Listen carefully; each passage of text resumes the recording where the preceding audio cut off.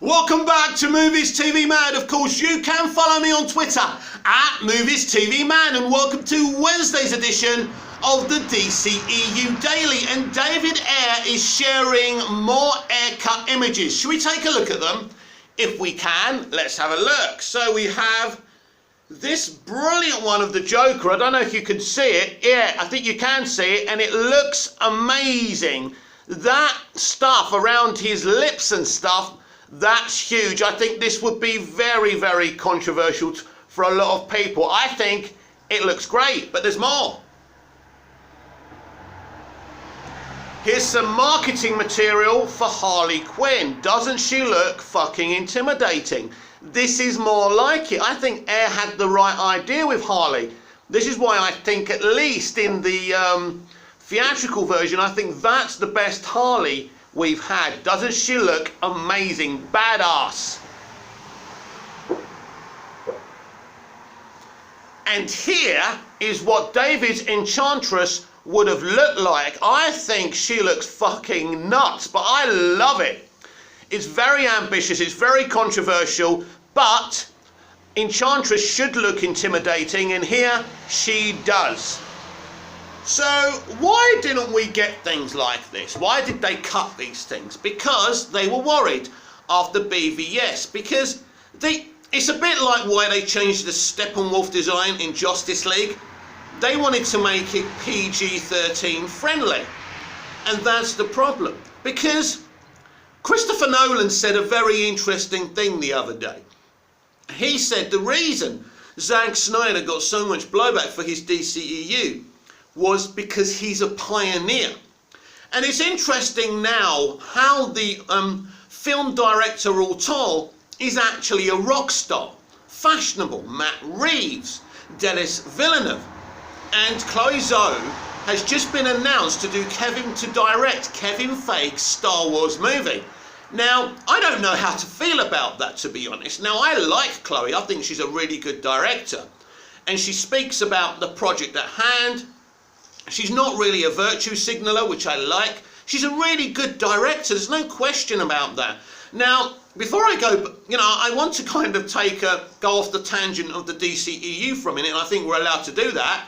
Are we? Yes, we are. Anyway, so yesterday we were talking about Patty Jenkins' Rogue Squadron Star Wars movie being cancelled or postponed or whatever. A day later, it's announced that Chloe Zhao will be directing Kevin Feige's Star Wars film. So as I said yesterday, Patty Jenkins' Rogue Squadron is simply not happening. It's off the slate. But a day later, they actually bring in a talented director to make a Star Wars movie. It's clear Feige understands what's going on in the film industry right now. He's very in touch. When Batman vs Superman was announced, what did he do? He straight away went and did Captain America Civil War, because he knew it's literally the same film. He was intimidated by that film, so he wanted to stay in touch with what was going on. When DC announced the Ava DuVernay New Gods movie, thankfully it's not happening now. What did they do? They announced Eternals. So it's interesting, both Jack Kirby properties. And I mean, obviously for me, and when you look at Zack Snyder's kind of Steppenwolf and Darkseid, he did Jack Kirby proud, where some people are saying that Chloe Zhao didn't. I wouldn't go as far as that. It depends on your opinions, and I don't really want to be toxic about Chloe because I like her as a director. Anyway, so Feige understands that all of a sudden the film Autor is a rock star. The Snyder Cut has opened people's eyes to that. That if you give an Autor director the funds, the budget, the freedom, he or she can make something sensational. And Snyder did, as Denis Villeneuve has with Dune, and as Matt Reeves will do with the Batman. So Feige understands this. But Christopher Nolan was really the auteur who started all this off. I mean, you could call Sam Raimi the auteur who did the Spider-Man trilogy, and that's true. But Nolan really is an auteur. And he did a Batman trilogy, the Dark Knight trilogy, which people still love to this day. So there was some blowback to what Nolan was doing with Batman, because he didn't see him as a superhero. he saw him as something else. But those films made a lot of money and people loved them. For me, the pick of those movies is Batman Begins. That's just my opinion. So what Warner Brothers did by saying to Christopher Nolan, we want you to make the decisions on this DC Extended Universe at the beginning, so you have a film auteur bringing in a film auteur. Now, I've said before, I've criticised this decision, because if you want to make $1 billion a picture and have the popularity of the MCU, you can't really do that. But now you can, because it's changed. That doesn't mean I don't agree with movie auteurs like Snyder making comic book movies, because I do. I'm just telling you, back then, if you wanted the success of the MCU, that wasn't going to work. But now, it is going to work. And you'll see it with Matt Reeves' The Batman. And I think this is a perfect time for Zack Snyder to return, by the way, because, as I say, the auteur now is a rock star. These images are very unique. I suppose it depends on your sense of tastes and sensibilities, but this is what you get when you bring in a movie auteur. So Zack Snyder was crafting an auteur's DC Extended Universe. I think it's fantastic, but it's as Nolan said, Snyder was getting this blowback because people didn't, at that point, people didn't have those sensibilities. Now people understand what a movie auteur can actually do. So it's very, very interesting how the parameters, the paradigm has shifted towards auteurs. And it's very, very interesting as the DCEU reboots the DCEU. It's interesting what kind of directors we're going to get to do DCEU movies, like the guys doing Batgirl from Bad Boys for Life. Are they movie auteurs? I don't know.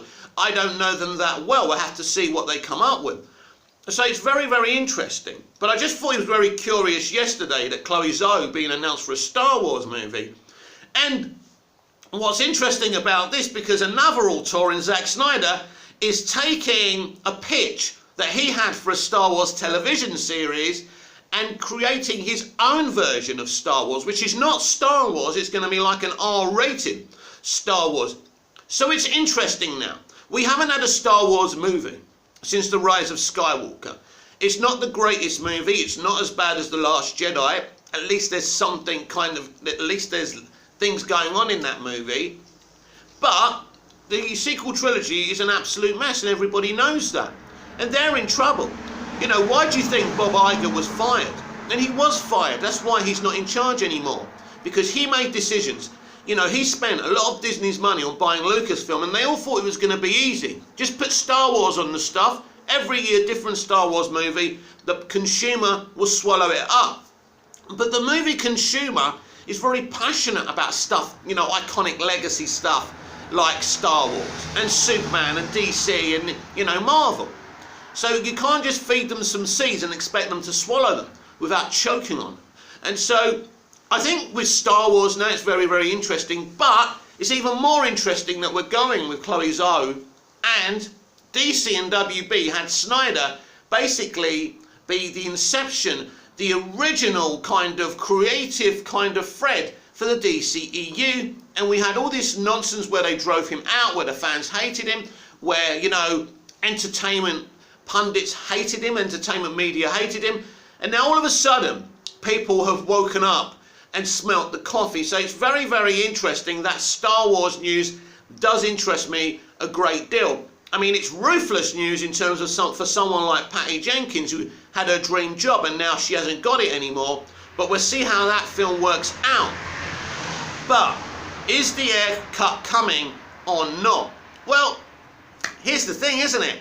I think it's coming. I do. I've been thinking for several months it's kind of a foregone conclusion. But if he's teasing pictures all the time, maybe it's not as big a foregone conclusion as we thought it is. I don't know. I don't know what's going on. We know Ann Sarnoff earlier this year said they would not be going forward with the Ayer cut. But I think they were burnt with the Snyder cut. Not financially, not successfully, but the shit that Snyder was saying, the stuff that Ray Fisher was doing, they were burnt. So you can understand at that point where they were saying, you know, we don't want to get involved with these people anymore. This is just more trouble than it's worth. Ultimately, they've done the math and they know the Snyder Cut has made them a hell of a lot of money. So they know the Ayer Cut probably won't make as much money as the Snyder Cut, but people will buy into it. It will make them money.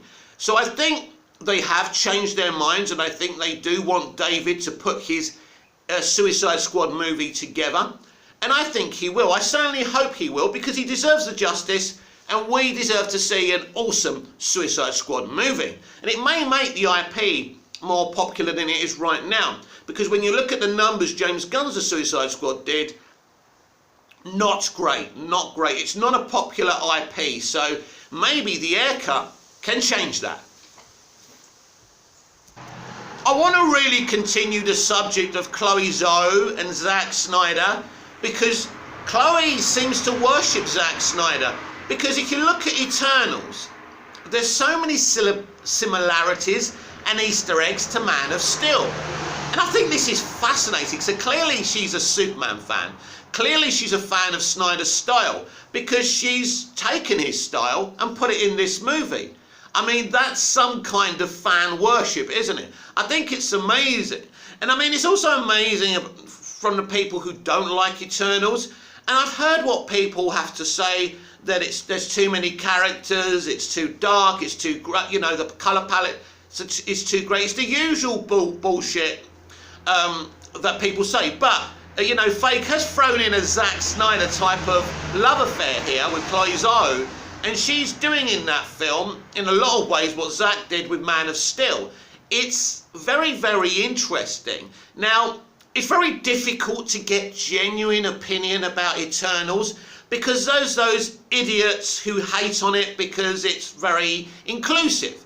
Now, that's no reason to hate a movie, isn't it? So you can't listen to the fandom menace about Eternals. Now, globally, it's made a lot of money. Domestically, it's fallen short of projections, but it still did really, really well. It made about 73 million in the opening weekend. I do expect it to fall hard in the second weekend, but that's irrelevant. It's done okay. It's going to make bank. The point here is, as I say, Zack Snyder is the pioneer. He took all the hits, and Chloe's not going to get the, you know, not going to get the abuse that Zack did, because, to be blunt, she's an Asian woman, and you can't be attacking an Asian woman these days. I mean, you shouldn't be attacking an Asian woman, certainly for being Asian, because that's racist, right? I'm saying it's very difficult to criticize, you know, a woman of colour who's just made a film. So they're not going to do that, but they don't like the film. So they're going around the houses without criticising Chloe too much. As I've already said, I like Chloe's film. Here's the thing. If you take the Zack Snyder style and kind of bring it into the MCU, it's going to be problematic for you, because people ain't used to it. But it's just interesting to me how Chloe is obsessed with Zack Snyder, and she is. She said it herself. She's comparing him to other great directors, and the man is a pioneer. One of the great things about Zack Snyder is, and what he brought to the DCEU, was his own unique style. He has an idea about these films. He wants to bring in an iconic character from the comics, from DC Comics, and put them in the real world. It's something that Nolan did with Batman as well. That's very controversial, because there's always been this debate, well, that takes the escapism out of it. Excuse me. Bloody hell, this throat, I hate it. Anyway, so there's always been this debate whether superheroes should be kind of fantasy and escapist, or if we should put these characters in the real world. So Snyder put them in the real world. Snyder has this ability to do that, but still keep to the core values of those characters. Now, people will argue with me that his Superman doesn't have the core values of the Superman in the comics. Well, I would actually challenge that, because let's look at Snyder's Superman. Right.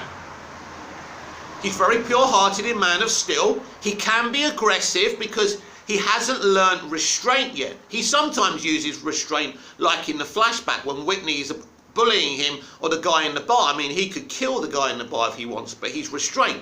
But he hasn't got restraint when Zod is intimidating Martha Kent, his mother. And you know that great line, which I always talk about, you think you can threaten my mother? And it's a great moment. Superman has no restraint there.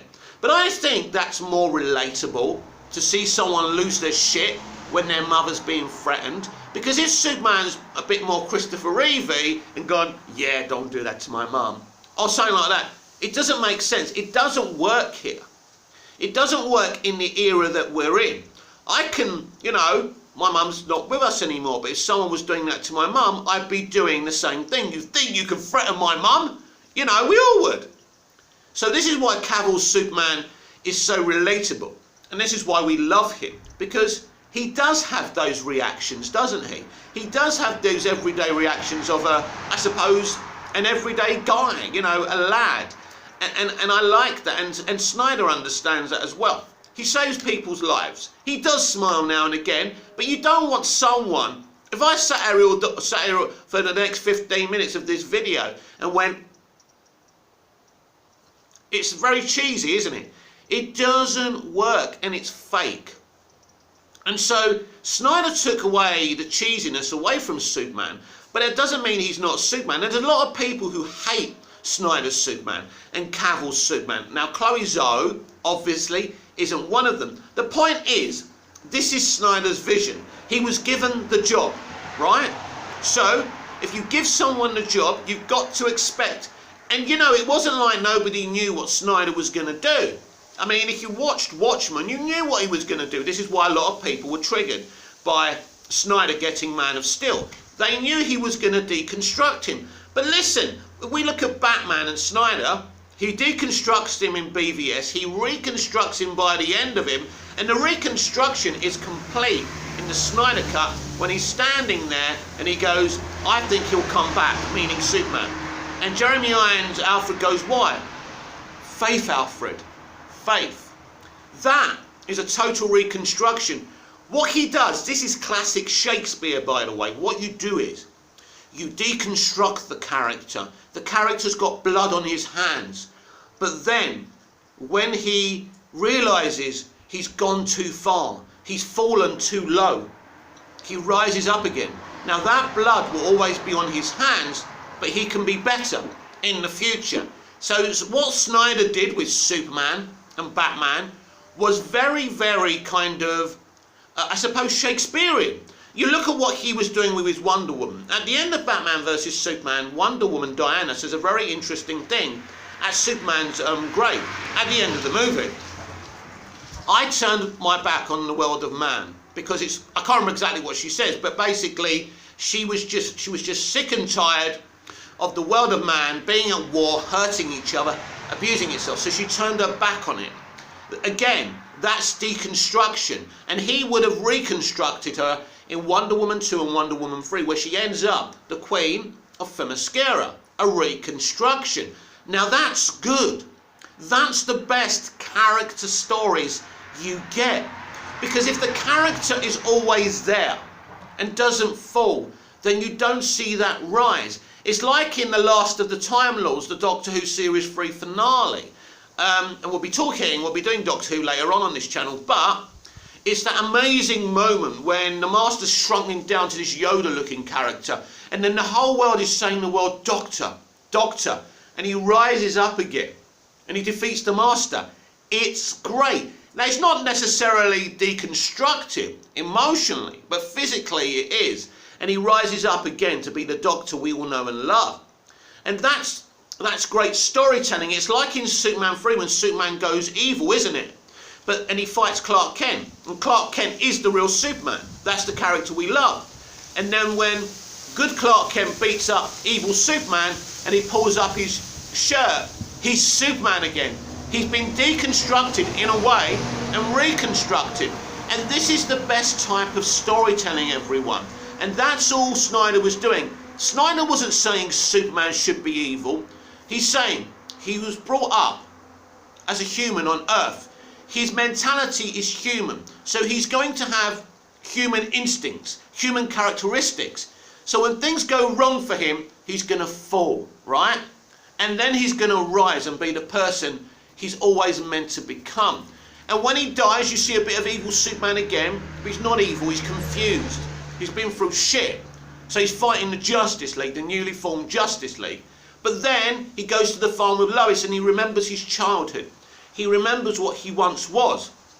Now the reconstruction isn't complete in the Snyder Cut because he puts on the black suit and he's got another 2 movies where the reconstruction will be complete.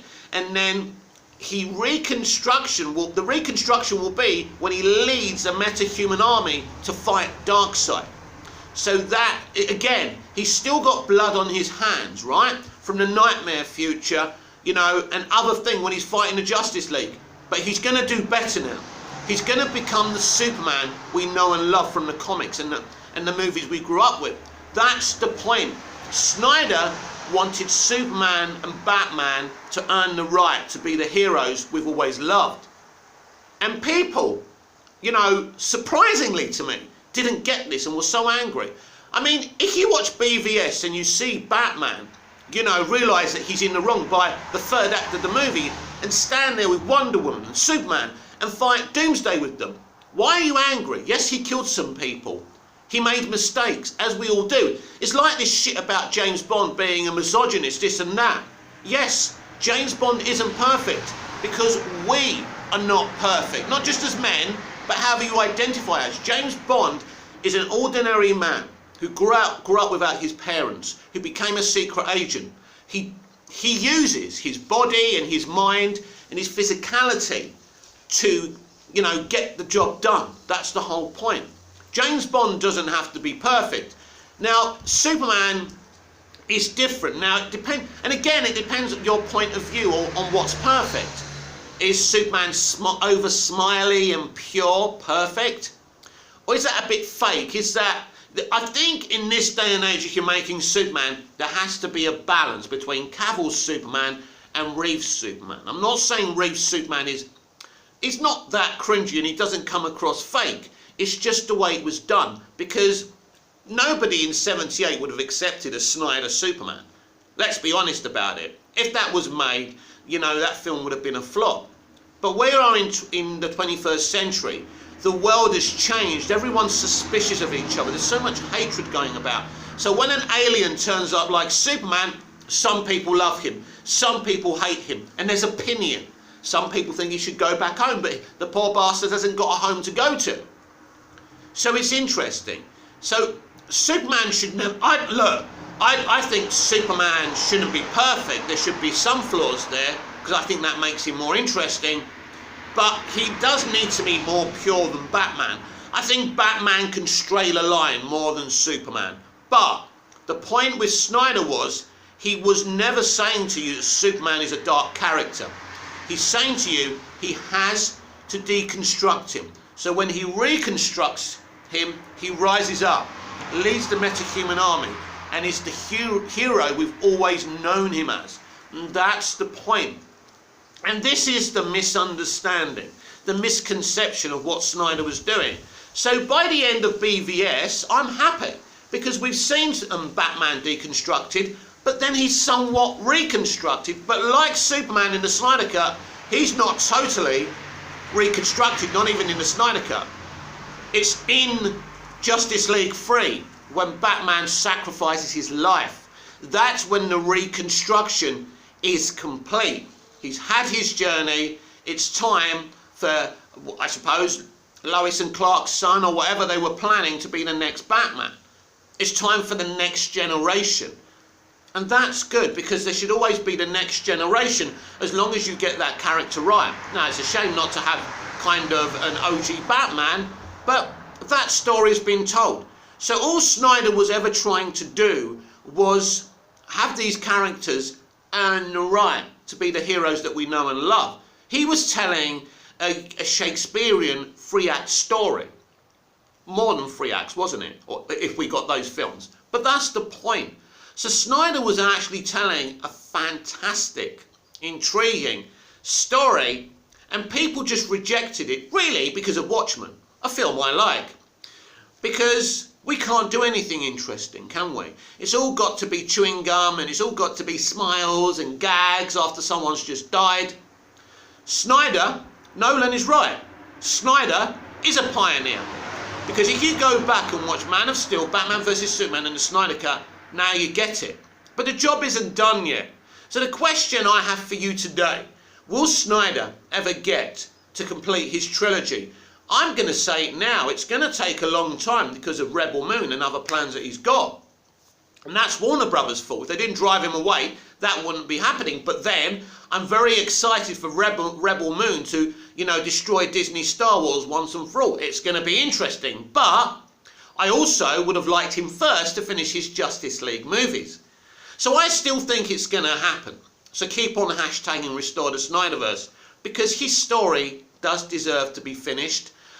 David Ayer's Suicide Squad does deserve to be seen. What they did to him was terrible, but the studio were under somewhat pressure because the paradigm hadn't shifted yet. But the Snyder Cut, and you think the Snyder Cut shifted the paradigm, but it's interesting, if it wasn't for us, if it wasn't for Snyder fighting with his fans, us, that film would never have happened. And I think if that film never have happened, the auteur wouldn't have suddenly become a rock star. All of a sudden, Snyder, Villeneuve, Matt Reeves, Nolan are rock stars. And then when you see these other directors who have been rock stars in the past, like Taika Waititi, for achieving very little, let's be honest about it, James Gunn, who I'd have no issue with, but he's not, people see him as a rock star actually. He's just started on Guardians 3, excited to see what he does. I like him, but it's this overratedness of these names I've mentioned, and this putting down of people like Zack Snyder and Denis Villeneuve and Matt Reeves. And now the opinions have changed. People can see it a lot more, that these guys are making something that's in their head. They're projecting their imagination to you. And that's okay, because you know what's great about entertainment and stories and art? You can accept it or reject it. And if you reject it, you don't have to hate on it. You just don't have to watch it. It's simple. Now, if you look at the money Zack Snyder's 3 DC films made, they're not the biggest, bestest kind of money, although the Snyder Cut pretty much is. But if you look at BVS, just under $1 billion, that's not bad for an auteur movie. If you look at Man of Steel, just under 700 million, not the hit that Warner Brothers wanted, but again, for an auteur movie, really, really good. And Man of Steel certainly looks, I would think, a way that the mainstream audience would want a Superman movie to look. Of course, in an ideal world, everything will be in the camera, but that's expensive and that takes a long time. So I just think that Snyder's DC movies are a success if you love them, and if you do love them, they're a success for you, and that's great. But it's interesting to me what's going on over at Disney with Kevin Feige, where he's gone kind of auteur mad. He acts, as I say, he realises now, as I say, Feige, he's got his eye on the ball. He knows they're rock stars now. And that's why he's using Chloe Zhao. He used her in Eternals, and now he's going to use her in Star Wars. I personally think, now this is interesting, because what kind of Star Wars film is Kevin Feige written? Don't forget, he's written this movie. It's his movie. So has he co-written it? I don't know. So this is his vision. So are we going to get more of the MCU stuff? Or is he going to have a deep look at Star Wars? Because Star Wars isn't the MCU.